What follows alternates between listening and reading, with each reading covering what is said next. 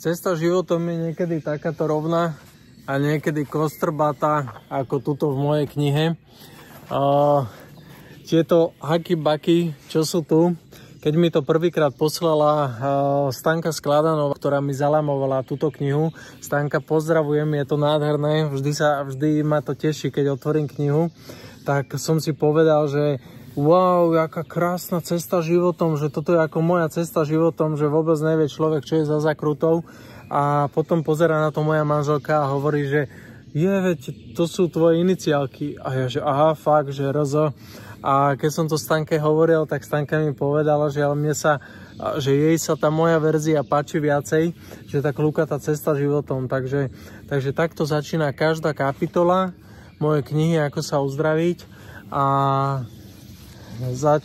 každá kapitola vlastne končí prázdnou stranou, aby človek, čo sa tam dočíta, aby to sadlo, aby oči nešli hneď na ďalší text a potom to začína takýmto spôsobom. Názov kapitoly, toto je zrovna vnútorné dieťa, to veľmi súviselo v mojom živote s úzkosťami, ktoré som mal, takže to bolo nádherné, keď som sa spojil s vlastným vnútorným dieťaťom, spojil sa s tým malým Rádkom, ktorým som býval a objavil ho tam a to bolo neuveriteľné potom, ako tie úzkosti a tie bolesti odchádzali, keď som dal pozornosť tomu, na ktorého som zabudol. Takže o tom je vlastne celá kapitola a o tom sú potom aj ďalšie kapitoly, vidíte, tak to vlastne pokračuje a tak, čiže tá kniha je taká čistá, taká prehľadná a na konci knihy je priestor pre vaše uvedomenia, je tam 6 voľných strán, aby ste si tam mohli zapísať